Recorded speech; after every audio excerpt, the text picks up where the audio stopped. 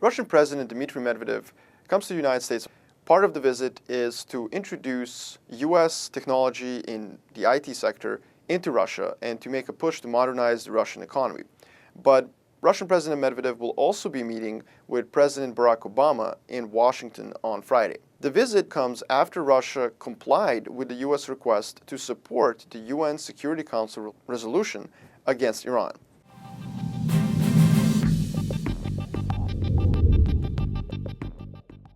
To understand Russia's interest in Iran, one has to understand that Iran and Russia are not natural allies. As a matter of fact, the US and Iran are more natural allies considering the geography and politics of the Middle East than Russia is. The reason for this is because Iran and Russia actually have a geographical sphere of influence, if you will, over which they have often clashed, and that's really Central Asia and also the Caucasus.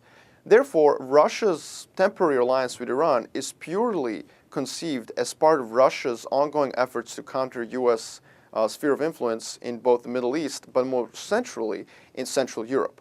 This is where Russia really hopes to expand. This is where Russia hopes to establish itself as the dominant power, and therefore it's using its alliance with Iran as a bargaining tool against the United States. This is one of the moments when Russia feels that it is in its interest to be compliant and to accept Western demands, because in return it expects to receive considerable technology, know-how, and investments from the West for its modernization.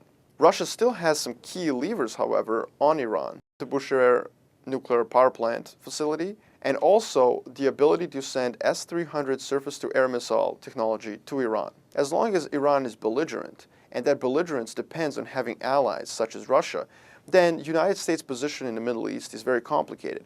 Once it is clear that the United States is already disentangling from the region, Russia may choose at that time to give up the cards on Iran and make some sort of a grand bargain with the United States in the Caucasus and Central and Eastern Europe, and also Central Asia.